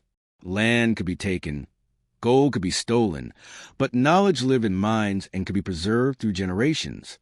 Adaptability was elevated to a principle. The shinobi trained to become anyone, to fit into any situation, to use any tool or method that circumstances demanded. Rigid adherence to particular techniques or forms was seen as weakness, not strength. Patience was essential. Unlike the samurai ideal of the glorious moment of decisive action, shinobi philosophy embraced waiting, watching, preparing over months or years for the right opportunity.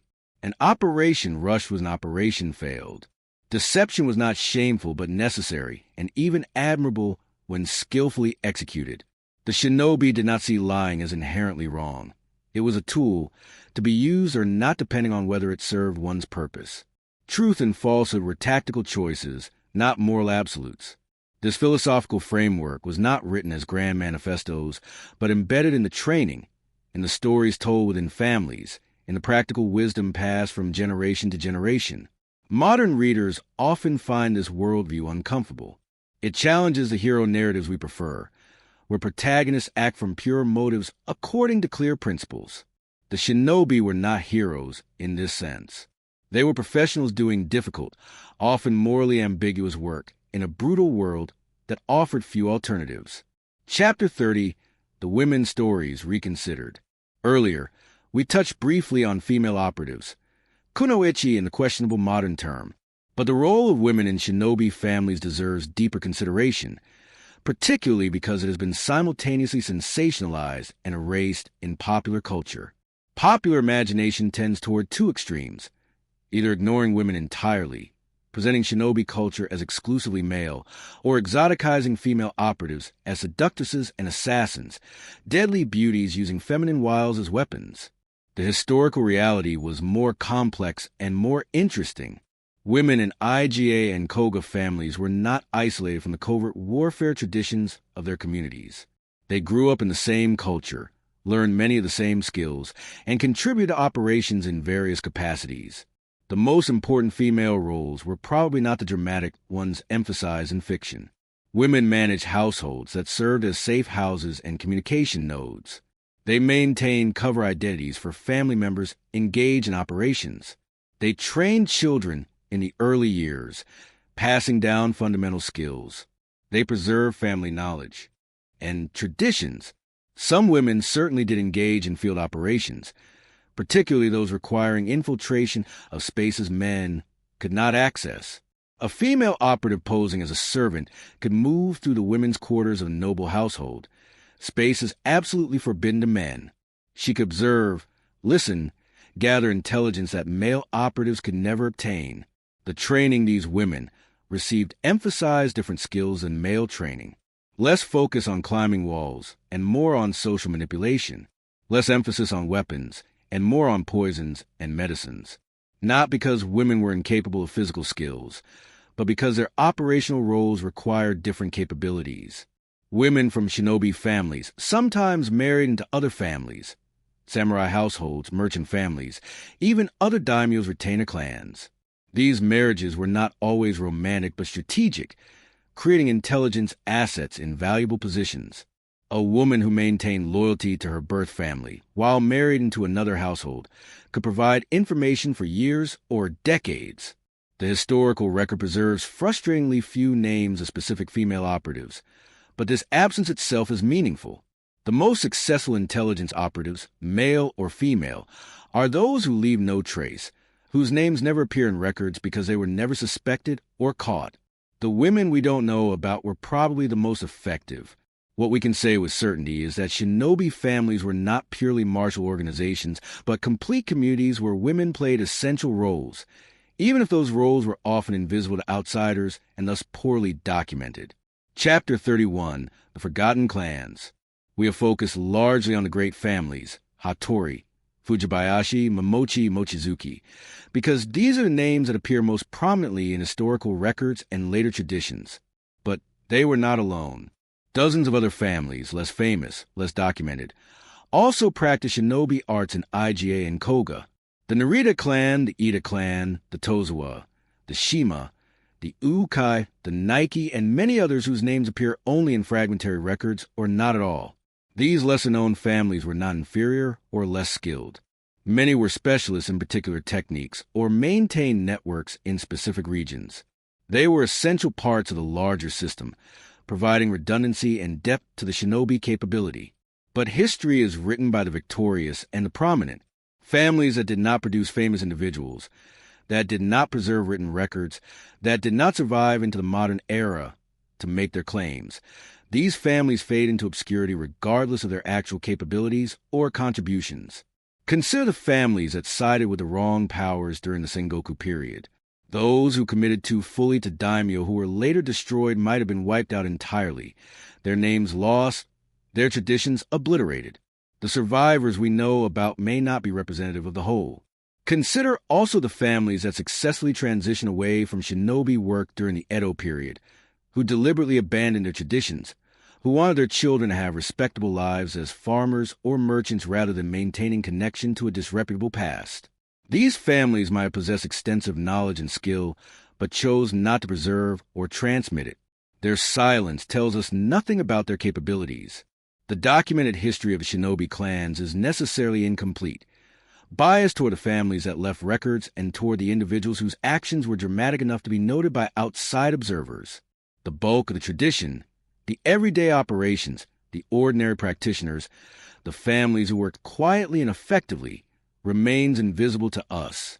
This is a reminder to approach any historical reconstruction with humility. What we know is partial. What we confidently assert may be wrong. The truth is larger and more complex than any narrative we construct. Chapter 32, The Samurai Connection, Rivalry, and Symbiosis. Throughout this narrative, we have touched on the relationship between shinobi and samurai, but it deserves closer examination because it reveals important truths about both classes. The relationship was deeply paradoxical. Samurai needed shinobi desperately but despised them publicly. Shinobi enabled samurai victories but were denied the honor and status those victories brought. At the ideological level, everything the shinobi represented contradicted the stated values of Bushido, the way of the warrior. Samurai glorified direct confrontation, personal combat, loyalty unto death, honor above life. Shinobi practiced deception, ambush, pragmatic calculation, survival above honor. Yet in practice, samurai engaged in precisely the dishonorable behaviors they attributed exclusively to shinobi. Betrayal, ambush, assassination, strategic lying. These appear constantly throughout the Sengoku period among the samurai class. The famous samurai generals, Oda Nobunaga, Toyotomi Hideyoshi, Tokugawa Ieyasu, all employed tactics that violated every principle of Bushido when it suited their purposes. The shinobi became convenient scapegoats, allowing the samurai class to maintain their ideological self-image while still benefiting from the practical necessities of real warfare. Need to poison an enemy commander? Hire shinobi to do it. Preserve your own honor. Need intelligence from inside an enemy castle? Send shinobi infiltrators. Don't dirty your own hands. This hypocrisy created a peculiar dynamic. The samurai class needed the shinobi, but also needed to look down on them, to maintain the fiction that such dishonorable work was done by lesser people from lesser backgrounds. But there were exceptions, moments when the boundary blurred. Some samurai learned shinobi techniques themselves. Some shinobi achieved samurai status through service and accomplishment. The Hattori clan's elevation to official retainer status under the Tokugawa shogunate is the most famous example, but there were others. And at the practical level, shinobi and samurai often work together effectively. A shinobi operative might provide intelligence that allowed a samurai army to achieve victory. A samurai commander might protect and support shinobi families in his domain. The relationship was not purely antagonistic, but functionally interdependent. This interdependence reveals something important about both classes. Ideals and reality rarely coincide perfectly. The samurai claimed one set of values, but operated according to practical necessities. The shinobi were dismissed as dishonorable, but were essential to the system. Neither class existed in pure form, but in messy, complicated relationship to each other, and to the brutal realities of their historical moment. Chapter 33. The Technical Legacy. While the clan structures and operational networks of the shinobi have long since disappeared, some technical legacies persist in unexpected places. Modern Japanese police special forces, particularly units dealing with hostage situations, terrorism, and high-risk operations, study some techniques that trace lineage, however indirect, to shinobi traditions. Methods for silent movement, for breaching secured structures, for psychological operations. These have obvious parallels to historical shinobi practice. The Japanese self-defense forces intelligence units similarly draw on some conceptual frameworks from the shinobi tradition, though adapted extensively from modern contexts.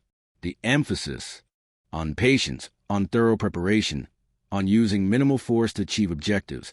These principles translate across centuries.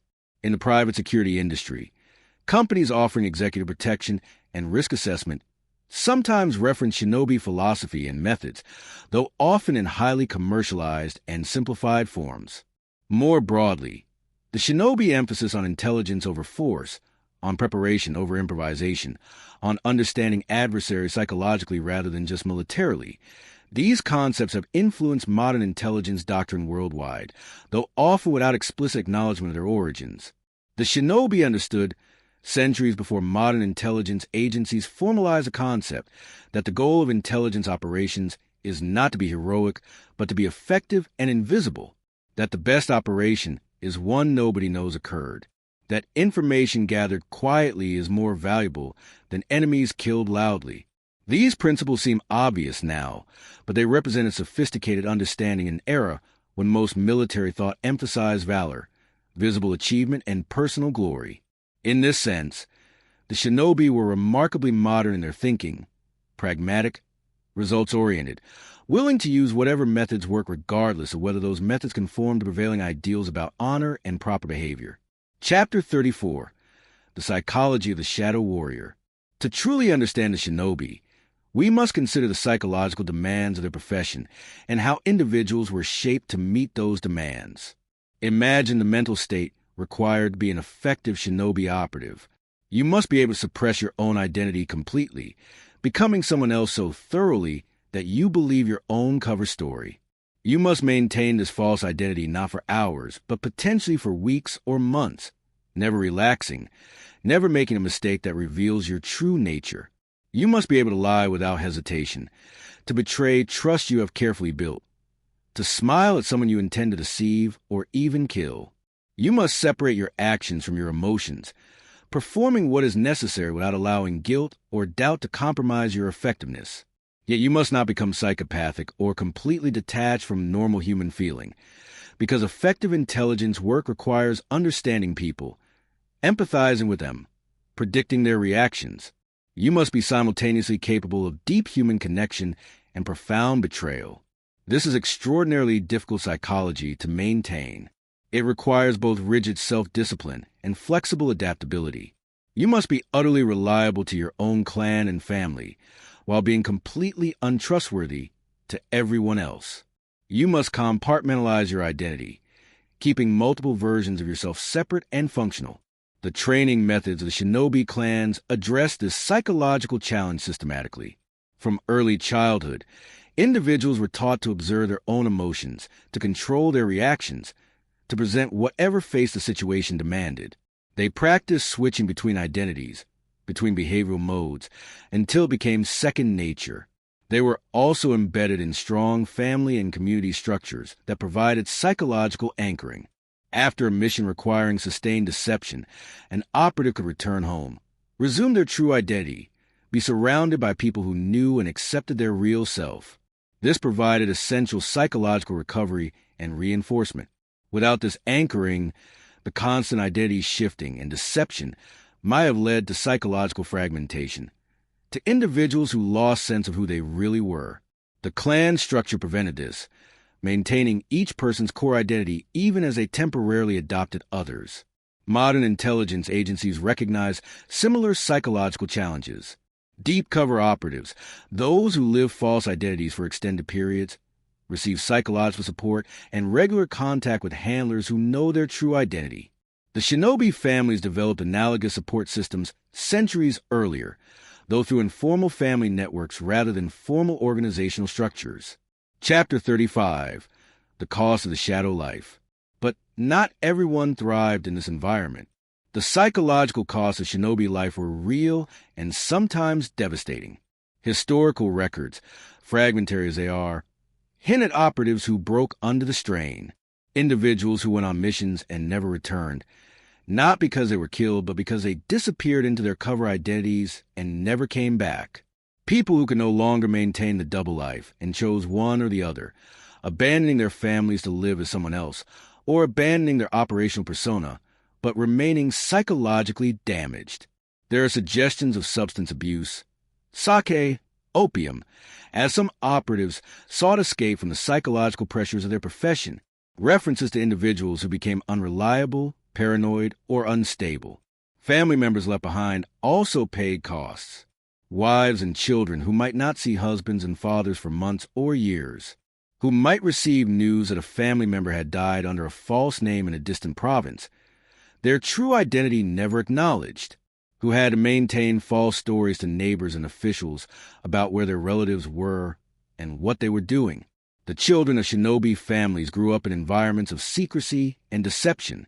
They were trained from early ages to keep secrets, to lie convincingly, to observe everyone with suspicion.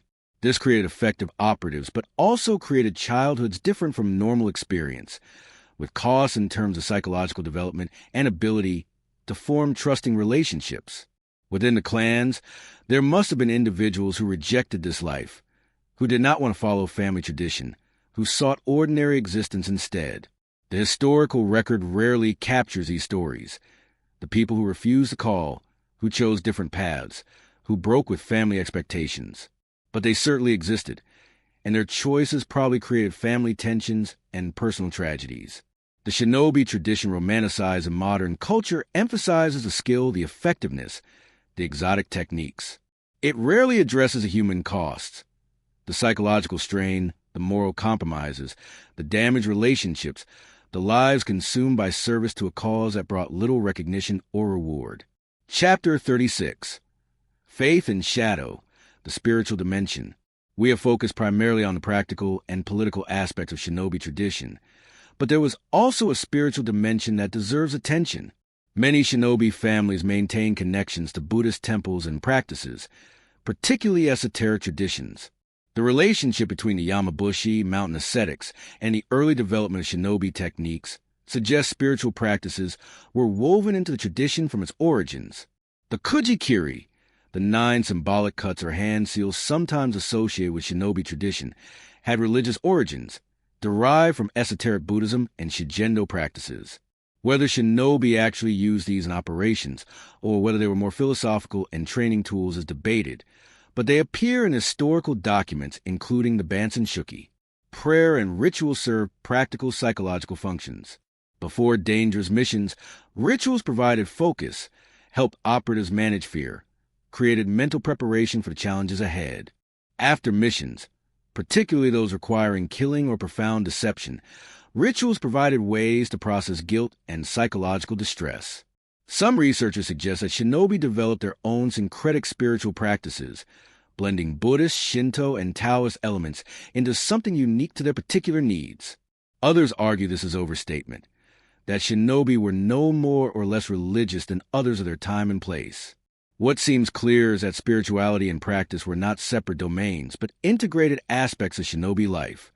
The meditation techniques that aided concentration during surveillance also served spiritual development. The physical disciplines that developed strength and flexibility also cultivated mental discipline and spiritual awareness. The shinobi also had to grapple with moral and spiritual questions that their profession raised. Buddhism teaches compassion, the sanctity of life, the karmic consequences of killing. Yet shinobi operations sometimes required killing. How did individuals reconcile these contradictions? Some probably compartmentalized, maintaining spiritual practice in their personal lives, while viewing operational killing as separate, as duty rather than personal choice. Others may have suffered genuine spiritual anguish, seeking absolution through prayer and ritual after taking lives. There are hints in some documents of shinobi seeking spiritual guidance from monks, of making offerings and donations to temples perhaps as atonement for actions they could not speak of openly. The psychological need to reconcile spiritual beliefs with violent profession must have been significant. This spiritual dimension adds another layer of complexity to our understanding. The shinobi were not simply amoral technicians of violence, nor were they detached professional soldiers. They were people embedded in a spiritual culture, struggling with the moral implications of their actions, seeking meaning and redemption in a profession that often required behavior contrary to stated religious values. Chapter 37. The Economics of Shadow. Let us turn now to a practical matter often overlooked in romantic accounts: money. The shinobi families operated as businesses as much as martial traditions. Covert operations were services sold to clients, and like any business, they required capital, ongoing revenue, and profit to sustain themselves. The economics worked at multiple levels. At the most direct, shinobi accepted payment for specific missions. Infiltrate this castle, gather this intelligence, eliminate this target. Payment might be in gold, silver, rice, or other valuable goods. Rates varied depending on mission difficulty, risk, and required skills. But the families also needed ongoing revenue streams to maintain their capability between major contracts. They operated legitimate businesses, farms, merchant operations, craft workshops that provided steady income and also served as cover for intelligence activities. The networks they maintained, safe houses, informants, communication systems, required constant investment. Informants needed to be paid or otherwise compensated. Safe houses required maintenance and provisioning. Communication systems needed reliable operators at each node. Training the next generation was a long-term investment. A child began training around age 7 or 8 and might not be fully operational until their late teens or early 20s. During those years, they consumed resources while producing little direct value. Families bore these costs in expectation of future return. Equipment and supplies represented ongoing expenses. Weapons, tools, climbing gear, disguised materials, medicines and poisons, travel provisions. All these had to be purchased or manufactured, maintained, replaced when lost or damaged. The major families, Hattori, Fujibayashi, Momochi, and others, acted somewhat like guilds or corporations, managing resources, allocating contracts among member families, maintaining quality standards, and protecting the collective reputation. A poorly executed mission by one family could damage the reputation and reduce demand for all Iga or Kōga operatives. During the Sengoku period, when demand for shinobi services was high, the families could be quite prosperous. Multiple daimyo competing for intelligence advantage meant steady work and good rates. But during the Edo period peace, demand collapsed and income fell accordingly, contributing to the tradition's decline. The economic dimension helps explain why the shinobi tradition could not be preserved purely through dedication or cultural commitment. When there was no income, when a profession could not support families, when children's future prospects were better in farming or trade than in covert operations, the tradition inevitably faded regardless of how much individuals valued their heritage. Chapter 38, Betrayal from Within, one of the darkest aspects of shinobi history, rarely emphasized in popular accounts, is internal betrayal and conflict within the clans themselves. The structure of the Iga and Kōga confederations, multiple families loosely allied but not unified under single authority, created potential for internal competition and conflict. Families competed for contracts, for status, for resources. This competition sometimes turned destructive. There are records of families providing false information to each other, sabotaging rival families' operations, stealing techniques and methods from each other. In extreme cases, families engage in violence against each other, assassinations, raids on compounds, kidnappings to extract information or force compliance. The Nobunaga invasion of Iga in 1581 succeeded partly because some families betrayed others, providing intelligence to the Oda forces or refusing to participate in collective defense. The motivations varied: old grudges, promises of favorable treatment if they cooperated, calculations that resistance was futile and survival required accommodation. After the Tokugawa established dominance, competition among shinobi families for shogunate favor sometimes led accusations of incompetence or disloyalty against rivals, attempts to monopolize contracts, efforts to discredit competing lineages. This internal discord is uncomfortable for those who prefer to see the shinobi clans as unified, loyal communities. But it reflects human reality. Any organization involving power, money, and status will experience internal competition and occasional betrayal. The successful families were those that managed internal discipline effectively, that maintained trust among members, that punished betrayal swiftly while rewarding loyalty. The families that fragmented internally, that allowed grudges and competitions to undermine collective function, were more likely to fail or be absorbed by stronger clans. The internal dynamics of the shinobi families, loyalty and betrayal, cooperation and competition, collective identity and individual ambition, were as complex as any human organization. Perhaps more so, given the secrecy, the dangerous profession, and the high stakes involved. Chapter 39, The Children of Shadow. What was it like to grow up in a shinobi family? To be a child in Iga or Kōga during the 16th century, knowing that your life was predetermined to follow a dangerous, secretive path? Children in shinobi families experienced childhoods very different from other Japanese children of their era. From the earliest ages, they were taught awareness, to notice everything, to trust no one completely, to observe before speaking, to think before acting. Play was often training disguised. Games that developed balance, coordination, stealth, hide and seek that taught genuine concealment skills. Memory games that built capacity for retaining and recalling vast amounts of information. As children grew older, training became more formal and demanding. Long runs through mountain terrain to build endurance. Climbing practice that progressed from easy surfaces to challenging rock faces and wooden walls. Swimming in cold rivers while carrying weights. Balancing on narrow beams, suspended progressively higher above ground. They learned pain tolerance, how to endure discomfort without showing it, how to maintain composure when injured, how to function through exhaustion. This training could be brutal by modern standards, though probably not dramatically different from the harsh physical conditioning many children of that era experienced. But the psychological training was unique. Children learned to lie convincingly, to assume different personalities, to read people's emotions and motivations.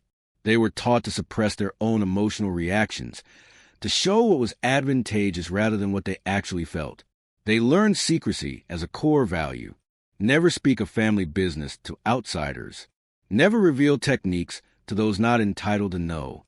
Never trust anyone outside the clan completely, no matter how friendly they seem. This created individuals with extraordinary capabilities, but also with psychological patterns different from normal social development.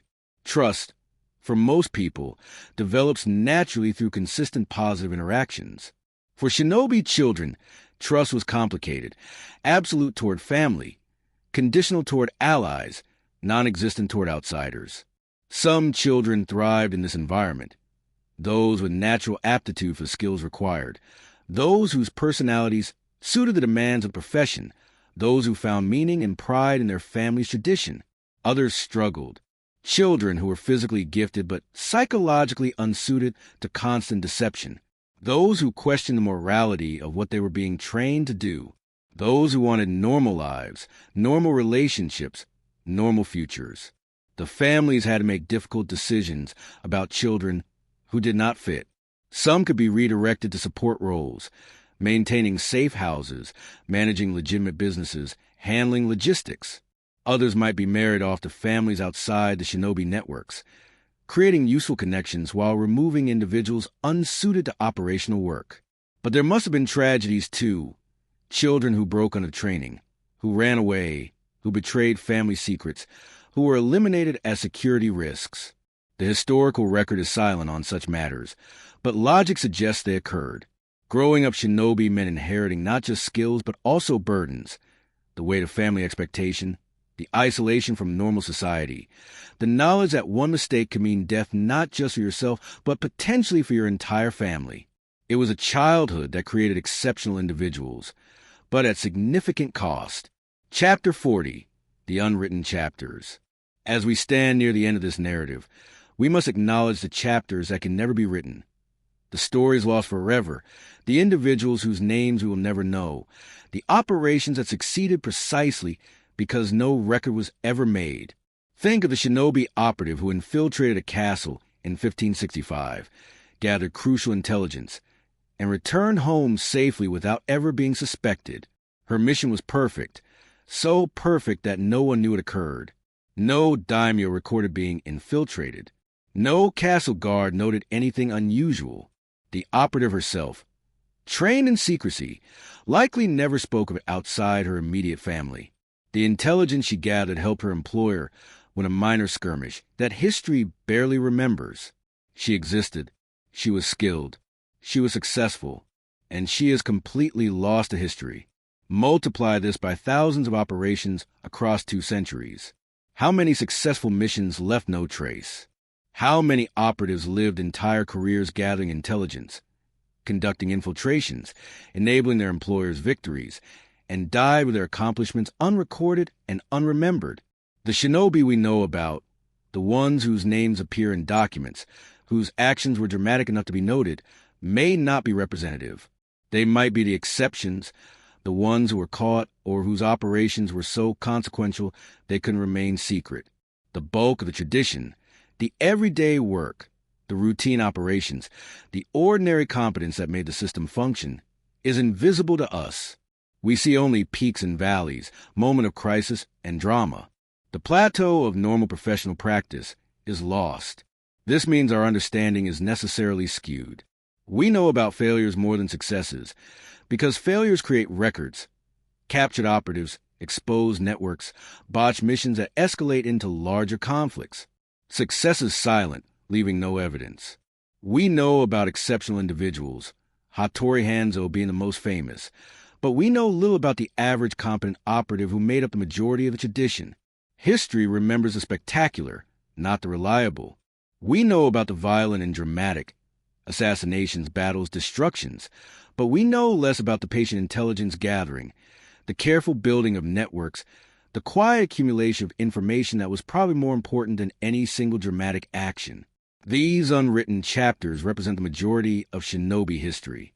What we can recover and discuss is a minority, the visible portion of tradition that deliberately cultivated invisibility. Chapter 41, The Descendants Today.